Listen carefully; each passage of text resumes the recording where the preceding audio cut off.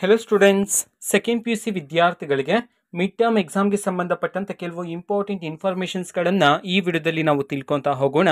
ವಿಡಿಯೋವನ್ನು ಸ್ಟಾರ್ಟ್ ಮಾಡ್ತೀನಿ. ಅದಕ್ಕಿಂತ ಮೊದಲು ಲೈಕ್ ಮಾಡಿ ಮತ್ತು ತಪ್ಪದೆ ಸಬ್ಸ್ಕ್ರೈಬ್ ಮಾಡ್ಕೊಳ್ಳಿ. ಈಗ ನಾವು ಇನ್ಫಾರ್ಮೇಷನನ್ನು ತಿಳ್ಕೊತಾ ಹೋಗೋಣ.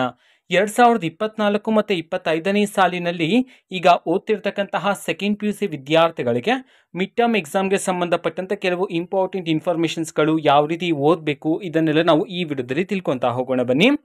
ಸೊ ಮೊದಲಿಗೆ ಇನ್ನೂ ಸಹ ನಮ್ಮ ಶಿಕ್ಷಣ ಇಲಾಖೆ ಕಡೆಯಿಂದ ಸೆಕೆಂಡ್ ಪಿ ಯು ಸಿ ವಿದ್ಯಾರ್ಥಿಗಳಿಗೆ ಮಿಡ್ ಟರ್ಮ್ ಎಕ್ಸಾಮ್ಗೆ ಸಂಬಂಧಪಟ್ಟಂತೆ ಟೈಮ್ ಟೇಬಲನ್ನು ಇನ್ನೂ ಸಹ ಅನೌನ್ಸ್ ಮಾಡಿಲ್ಲ.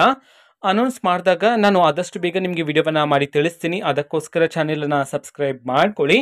ಸೊ ಮೊದಲಿಗೆ ಈಗ ಮಿಡ್ ಟರ್ಮ್ ಎಕ್ಸಾಮನ್ನು ಅನೌನ್ಸ್ ಮಾಡ್ತಾರೆ. ಡೇಟನ್ನು ಅನೌನ್ಸ್ ಆದ ನಂತರ ಮೊದಲಿಗೆ ಯಾವ್ಯಾವ ಸ್ಟೆಪ್ಸ್ಗಳನ್ನು ವಿದ್ಯಾರ್ಥಿಗಳು ಫಾಲೋ ಮಾಡಬೇಕು ಇದನ್ನು ನಾವು ತಿಳ್ಕೊತಾ ಹೋಗೋಣ. ಬನ್ನಿ. ಸೊ ಮೊದಲಿಗೆ ವಿದ್ಯಾರ್ಥಿಗಳು ಸಿಲೆಬಸ್ಸನ್ನು ಕರೆಕ್ಟಾಗಿ ತಿಳ್ಕೊಬೇಕಾಗಿರುತ್ತೆ. ಸೊ ಫಸ್ಟ್ ಸ್ಟೆಪ್ಪೇ ಇದು, ನೀವು ಸಿಲೆಬಸ್ಸನ್ನು ತಿಳ್ಕೊಬೇಕಾಗಿರುತ್ತೆ.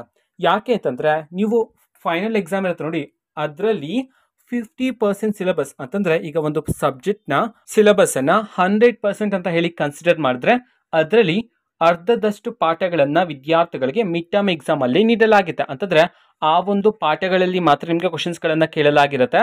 ಸೊ ಆ ಒಂದು ಕಾನ್ಸೆಪ್ಟ್ಸ್ಗಳು ಯಾವ್ದು ಅಂತ ಹೇಳಿ ನೀವು ತಿಳ್ಕೊಬೇಕಾಗಿರುತ್ತೆ. ಎಲ್ಲಿ ಸಿಗುತ್ತೆ ಈ ಒಂದು ಕಾನ್ಸೆಪ್ಟ್ಸ್ಗಳಂತಂದರೆ ನಿಮ್ಮ ಲೆಕ್ಚರ್ಸ್ಗಳನ್ನು ನೀವು ಕೇಳಬೇಕಾಗಿರುತ್ತೆ, ಅಥವಾ ಎಕ್ಸಾಮ್ ಹತ್ರ ಬಂದಾಗ ನಿಮ್ಮ ಲೆಕ್ಚರ್ಸ್ಗಳೇ ಹೇಳ್ತಾರೆ. ಓಕೆನಾ. ಸೊ ಯಾವ್ಯಾವ ಪಾಠಗಳಿರುತ್ತೆ ಮಿಡ್ ಟರ್ಮ್ ಎಕ್ಸಾಮ್ಗೆ ಅಂತ ಹೇಳಿ ಆ ಒಂದು ಪಾಠಗಳನ್ನಷ್ಟೇ ನೀವು ಓದ್ಕೊಂಡ್ರೆ ಸಾಕಾಗುತ್ತೆ. ಓಕೆನಾ. ನೀವು 100% ಸ್ಕೋರ್ ಮಾಡಬೇಕಂತಂದ್ರೆ ನಿಮ್ಮ ಲೆಕ್ಚರ್ಸ್ ಯಾವ್ಯಾವ ಪಾಠಗಳು ಹೇಳ್ತಾರೋ ಅದನ್ನು ನೀವು ಮೊದಲಿಗೆ ನೋಟ್ ಮಾಡ್ಕೊಳ್ಳಿ. ಓಕೆನಾ. ಇಲ್ಲಾಂತಂದರೆ ಟೆಕ್ಸ್ಟ್ ಬುಕ್ಕಲ್ಲಿ ಆ ಒಂದು ಚಾಪ್ಟರ್ಸನ್ನು ಮಾರ್ಕ್ ಮಾಡ್ಕೊಳ್ಳಿ. ಇದು ಫಸ್ಟ್ ಸ್ಟೆಪ್. ಸೆಕೆಂಡ್ ಸ್ಟೆಪ್ ಏನಂತಂದರೆ ನೀವು ಡೌನ್ಲೋಡ್ ಮಾಡ್ಕೋಬೇಕಾಗಿರುತ್ತೆ. ಏನನ್ನಂತಂದರೆ ಮಾಡೆಲ್ ಕ್ವಶನ್ ಪೇಪರ್ಸ್ಗಳನ್ನು, ಅದೇ ರೀತಿ ಪ್ರೀವಿಯಸ್ ಇಯರ್ ಕ್ವಶನ್ ಪೇಪರ್ಸ್ಗಳನ್ನು.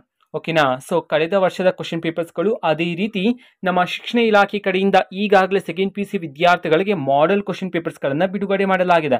ಅದು ಸಹ 3 ಸೆಟ್ ಆಫ್ ಮಾಡೆಲ್ ಕ್ವಶನ್ ಪೇಪರ್ಸ್ಗಳನ್ನು ಬಿಡುಗಡೆ ಮಾಡಿರ್ತಕ್ಕಂಥದ್ದು. ನೀವು ಆ ಎಲ್ಲ ಸೆಟ್ಗಳನ್ನು ಡೌನ್ಲೋಡ್ ಮಾಡಿಕೊಂಡು ಅದರಲ್ಲಿರ್ತಕ್ಕಂತಹ ಕ್ವಶನ್ಸ್ಗಳನ್ನು ಚೆನ್ನಾಗಿ ಓದ್ಕೋಬೇಕಾಗಿರುತ್ತೆ. ಸೊ ಯಾವ ರೀತಿ ಓದೋದು ಅದನ್ನು ತಿಳ್ಕೊಳೋದಕ್ಕಿಂತ ಮೊದಲೇ ವಿದ್ಯಾರ್ಥಿಗಳು ಇಂಪಾರ್ಟೆಂಟ್ ಕ್ವಶನ್ಸ್ಗಳನ್ನು ಲಿಸ್ಟ್ ಔಟ್ ಮಾಡ್ಕೋಬೇಕು. ನಿಮಗೆ ಹೇಗೆ ಸಿಗುತ್ತೆ ಇಂಪಾರ್ಟೆಂಟ್ ಕ್ವಶನ್ಸ್ಗಳು? ನಿಮ್ಮ ಲೆಕ್ಚರ್ಸ್ಗಳು ಆ ಒಂದು ಟಾಪಿಕನ್ನು, ಯಾವುದೊಂದು ಇಂಪಾರ್ಟೆಂಟ್ ಟಾಪಿಕ್ ಇದೆ ಒಂದು ಸಿಲೆಬಸ್ಸಲ್ಲಿ, ಆ ಒಂದು ಟಾಪಿಕನ್ನು ಹೇಳೋದಕ್ಕಿಂತ ಮೊದಲೇ ಇದು ಇಂಪಾರ್ಟೆಂಟ್ ಅಂತ ಹೇಳಿರ್ತಾರೆ. ನೀವಾಗ ನೋಟ್ಸಲ್ಲೋ ಅಥವಾ ರಫ್ ನೋಟಲ್ಲೋ ಎಲ್ಲೋ ಒಂದು ಕಡೆ ಮಾರ್ಕ್ ಮಾಡಿಟ್ಕೊಂಡಿರ್ತೀರ ಇಂಪಾರ್ಟೆಂಟ್ ಅಂತ ಹೇಳಿ.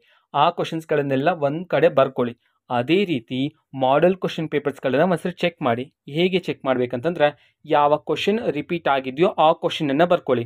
ಓಕೆನಾ. ನಿಮ್ಮ ಲೆಕ್ಚರ್ಸ್ ಹೇಳ್ತಾರೆ ಯಾವುದೇ ಇಂಪಾರ್ಟೆಂಟ್ ಕ್ವಶನ್ಸ್ ಅಂತ ಹೇಳಿ. ಆಲ್ಮೋಸ್ಟ್ ಎಲ್ಲ ಕಾಲೇಜಸ್ಸಲ್ಲೂ ಸಹ ಹೇಳ್ತಾರೆ ಈ ಕ್ವಶನ್ಸ್ಗಳೆಲ್ಲ ಇಂಪಾರ್ಟೆಂಟ್ ಅಂತ ಹೇಳಿ. ಅದನ್ನೆಲ್ಲ ಒಂದು ನೋಟ್ಬುಕ್ಕಲ್ಲಿ ಕ್ವಶನ್ ವಿತ್ ಆನ್ಸರ್, ಎಷ್ಟು ಆನ್ಸರ್ ಬರಿಬೇಕು ಅಷ್ಟನ್ನು ಸಹ ನೀವು ಒಂದು ನೋಟ್ಬುಕ್ಕಲ್ಲಿ ಬರ್ಕೋಬೇಕಾಗಿರುತ್ತೆ. ಯಾಕೆ ಅಂತಂದರೆ ನೀವು ಎಕ್ಸಾಮ್ಗೆ ಪ್ರಿಪೇರ್ ಆಗ್ತಿರ್ತೀರ. ಓಕೆನಾ. ಸೊ ಈಗ ಒಂದು ಕ್ವಶನ್ ಒಂದು ಪೇಪರ್ಲಿದೆ, ಇನ್ನೊಂದು ಕ್ವಶನ್ ಇನ್ನೆಲ್ಲೋ ಇದೆ. ಆ ರೀತಿ ಮಾಡಿದ್ರೆ ಮೈಂಡ್ ಅದನ್ನು ಕರೆಕ್ಟಾಗಿ ಅರ್ಥ ಮಾಡ್ಕೊಳ್ಳೋದಕ್ಕೆ ಕಷ್ಟ ಆಗುತ್ತೆ.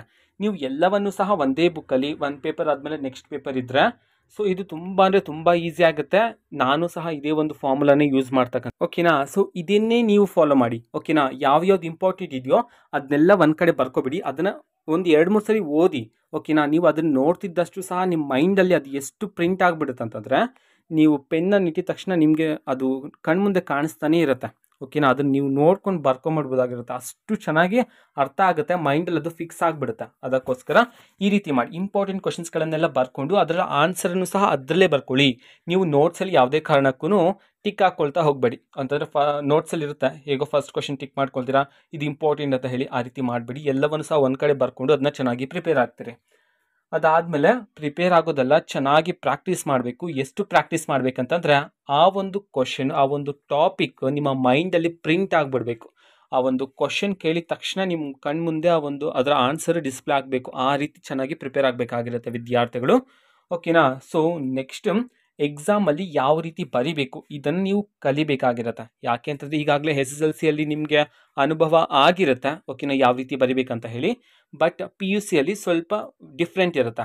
ಓಕೆನಾ. ನಿಮ್ಮ ಲೆಕ್ಚರ್ಸ್ಗಳನ್ನು ಕೇಳಿ, ಅಂತಂದರೆ ಪ್ರತಿಯೊಂದು ಪ್ರಶ್ನೆಗೂ ಸಹ ಒಂದೊಂದು ಸ್ಟೆಪ್ಸ್ ಇರುತ್ತೆ. ಈಗ ಮ್ಯಾಥಮೆಟಿಕ್ಸ್ ಅಂತಂದರೆ ಮೊದಲಿಗೆ ಫಾರ್ಮುಲಾ ಬರಬೇಕು, ಸ್ಟೆಪ್ ಬೈ ಸ್ಟೆಪ್ ಸಾಲ್ವ್ ಮಾಡ್ತಾ ಹೋಗಬೇಕಾಗತ್ತೆ. ಫಾರ್ ಎಕ್ಸಾಂಪಲ್ ಲೆಟರ್ ರೈಟಿಂಗಲ್ಲಿ ಸ್ವಲ್ಪ ಕಂಡೀಷನ್ಸ್ ಇರುತ್ತೆ, ಅದನ್ನು ಅಪ್ಲೈ ಮಾಡಬೇಕಾಗುತ್ತೆ. 5 ಮಾರ್ಕ್ಸ್ಗೆ ಬೇರೆ ಕಂಡೀಷನ್ಸ್ ಇರುತ್ತೆ. ಸಂದರ್ಭಗಳನ್ನು ಒಂಥರ ಬರೀಬೇಕಾಗಿರುತ್ತೆ. 2 ಮಾರ್ಕ್ಸ್ ಕ್ವಶನ್ಸ್ಗಳನ್ನು ಒಂಥರ ಬರೀಬೇಕಾಗಿರುತ್ತೆ. ಬಿಟ್ಟ ಸ್ಥಳ ತುಂಬಿರಿ. ಎಲ್ಲ ಪ್ರಶ್ನೆಗಳಿಗೂ ಸಹ ಒಂದೊಂದು ಸ್ಟೆಪ್ ಇರುತ್ತೆ, ಅದನ್ನು ನೀವು ಕರೆಕ್ಟಾಗಿ ಅರ್ಥ ಮಾಡ್ಕೋಬೇಕಾಗಿರುತ್ತೆ.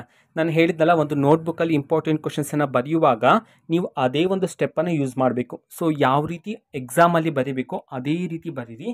ನೀವು ಬರೆದಿರ್ತಕ್ಕಂತಹ ಫಾರ್ಮೆಟ್ ನಿಮಗೆ ಕ್ಲಿಯರಾಗಿ ಅರ್ಥ ಆಗಿರುತ್ತೆ, ಅದೇ ರೀತಿ ನೀವು ಎಕ್ಸಾಮಲ್ಲೂ ಸಹ ಬರೀತೀರಾ. ಇನ್ನೊಂದೇನಂತಂದರೆ, ಈಗ ಒಂದು ಪ್ರಶ್ನೆಗೆ ಇಷ್ಟು ಆನ್ಸರನ್ನು ಬರೀಬೇಕು ಅಂತ ಹೇಳಿ ನಿಮ್ಮ ನೋಟ್ಸಲ್ಲಿ ಕೊಟ್ಟಿರ್ತಾರೆ. ಸೊ ನನ್ನ ಅಭಿಪ್ರಾಯ ಏನಂತಂದರೆ, ನೀವು ಟೆಕ್ಸ್ಟ್ ಬುಕ್ಕನ್ನು ನೋಡಿಕೊಂಡು ಅದಕ್ಕೆ ಸಂಬಂಧಪಟ್ಟಂತೆ ಇನ್ನೂ ಹೆಚ್ಚು ಇನ್ಫಾರ್ಮೇಷನನ್ನು ತಿಳ್ಕೊಳ್ಳಿ. ಇನ್ನೂ ಹೆಚ್ಚು ಇನ್ಫಾರ್ಮೇಷನನ್ನು ನೀವು ಒಂದು ನೋಟ್ಬುಕ್ಕಲ್ಲಿ ಬರಿ ಅಂತ ಹೇಳಿದ್ನಲ್ಲ, ಆ ಒಂದು ನೋಟ್ಬುಕ್ಕಲ್ಲಿ ಅದನ್ನು ಆ್ಯಡ್ ಮಾಡಿ. ಯಾಕೆ ಅಂತಂದರೆ, ಕೆಲವು ಸಮಯದಲ್ಲಿ ಈಗ ನಿಮ್ಮ ಲೆಕ್ಚರ್ಸ್ ಇಷ್ಟು ಬರೆದ್ರೆ ಸಾಕಂತ ಹೇಳಿರ್ತಾರೆ, ಬಟ್ ಬೇರೆ ಲೆಕ್ಚರ್ಸ್ಗಳು ಅಂತಂದರೆ ಇದು ಎಲ್ಲಿ ಹೆಲ್ಪ್ ಆಗುತ್ತೆ ಅಂತಂದರೆ ನಿಮ್ಮ ಬೋರ್ಡ್ ಎಕ್ಸಾಮಲ್ಲಿ ಹೆಲ್ಪ್ ಆಗುತ್ತೆ ನಿಮಗೆ.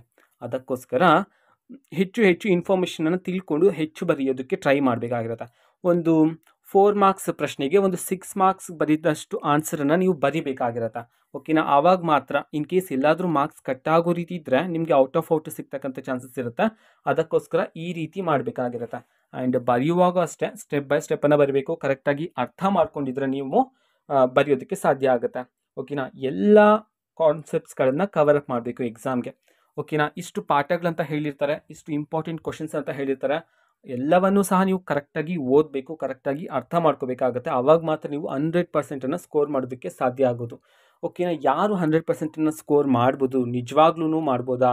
ಖಂಡಿತವಾಗ್ಲೂ ಮಾಡ್ಬೋದಾಗಿರುತ್ತೆ. ಯಾವಾಗ ಅಂತಂದರೆ, ನಿಮ್ಮ ಲೆಕ್ಚರ್ಸ್ಗಳು ಯಾವ ಟಾಪಿಕ್ ಹೇಳಿರ್ತಾರೆ, ಯಾವ ಸಿಲೆಬಸ್ ಹೇಳಿರ್ತಾರೆ, ಅದರಲ್ಲಿರ್ತಕ್ಕಂತಹ ಎಲ್ಲ ಇಂಪಾರ್ಟೆಂಟ್ ಪ್ರಶ್ನೆಗಳನ್ನು ಮೊದಲಿಗೆ ಇಂಪಾರ್ಟೆಂಟ್ ಪ್ರಶ್ನೆಗಳನ್ನು ಓದಿ, ಅದಾದಮೇಲೆ ನೀವು 2 ಮಾರ್ಕ್ಸ್ ಆಗಿರ್ಬೋದು, 1 ಮಾರ್ಕ್ಸ್ ಕ್ವಶನ್ಸ್ಗಳಾಗಿರ್ಬೋದು, ಮತ್ತು ಬೇರೆ ಕಾನ್ಸೆಪ್ಟ್ಸ್ಗಳನ್ನೆಲ್ಲ ಆ ಚಾಪ್ಟರ್ಲಿರ್ತಕ್ಕಂತಹ ಬೇರೆ ಕ್ವಶನ್ಸ್ಗಳನ್ನೆಲ್ಲ ನೀವು ಕವರ್ ಮಾಡ್ತಾ ಹೋಗ್ಬೋದಾಗಿರುತ್ತೆ.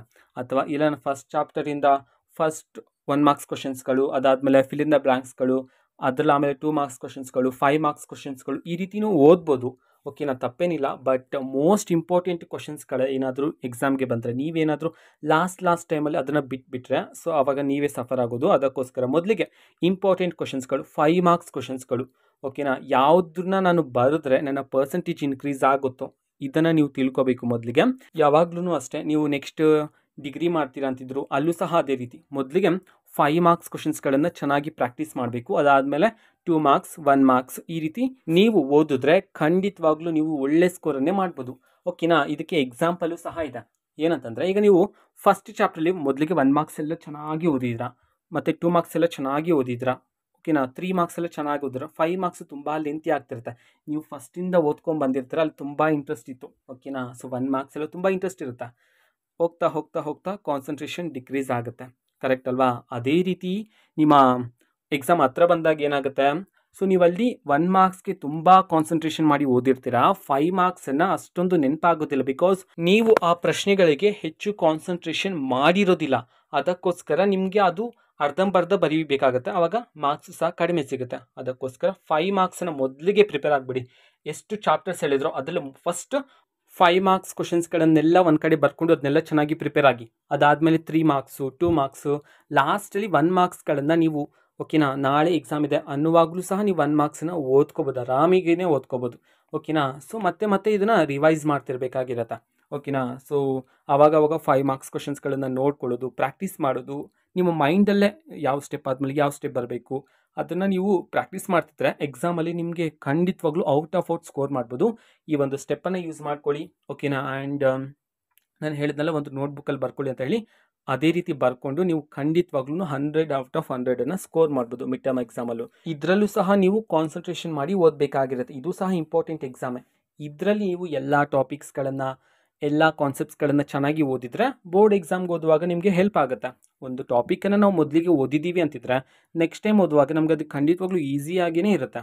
ಓಕೆನಾ? ಇನ್ನೊಂದೇನಂತಂದರೆ, ನಾನು ಹೇಳಿದ್ನಲ್ಲ, ಒಂದು ನೋಟ್ಬುಕ್ಕಲ್ಲಿ ಕ್ವಶನ್ಸ್ಗಳನ್ನು ಬರ್ಕೊಳ್ಳಿದ್ರೆ ಅದು ನಿಮಗೆ ಫೈನಲ್ ಎಕ್ಸಾಮ್ಗೂ ಸಹ ಹೆಲ್ಪ್ ಆಗುತ್ತೆ. ಓಕೆನಾ? ಈ ರೀತಿ ಮಾಡಿ. ಓಕೆನಾ? ಸೊ ಟೈಮ್ ಇದೆ, ಯುಟಿಲೈಸ್ ಮಾಡ್ಕೊಳ್ಳಿ. ನೆಕ್ಸ್ಟ್ ಎಕ್ಸಾಮ್ ಹತ್ರ ಬಂದಾಗ ನಿಮಗೆ ಟೈಮ್ ಸಿಗೋದಿಲ್ಲ. ಅದಕ್ಕೋಸ್ಕರ ಪ್ರತಿದಿನ ಆದಷ್ಟು ಕಾನ್ಸೆಪ್ಟ್ಸ್ಗಳನ್ನು ಕವರ್ ಅಪ್ ಮಾಡೋದಕ್ಕೆ ಟ್ರೈ ಮಾಡ್ತೀರಿ.